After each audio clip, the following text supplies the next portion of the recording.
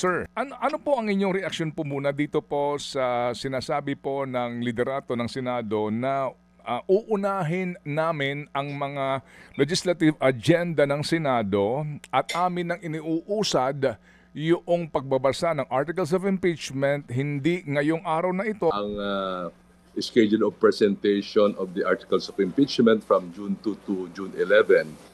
Ang dalawang kadahilanan po, may priority measures na sinasabi si Senate President at yung pagdaan sa commission appointments ng mga newly appointed officials of the government. So tinignan ko po, Ted, yung what are these priority measures.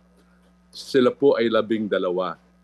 Nandiyan po ang E-Governance Act, nandiyan po ang Anti-Pogo Act, nandiyan po ang amendments to the Foreign Leasing Act, tapos nandiyan po ang other measures na si Tingo medyo mahalaga like Judicial Autonomy Act, Judicial Fiscal Autonomy Act at iba pa ho.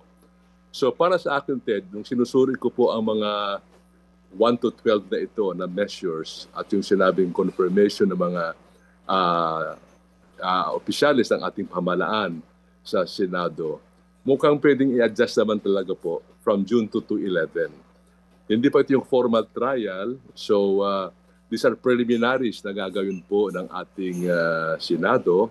So considering na of national interest naman po for the common good, itong mga measures na ito, pwede naman po. Huwag lang ipagpaliban sa darating na June 11 yung schedule na bago. Dapat tumuloy na po.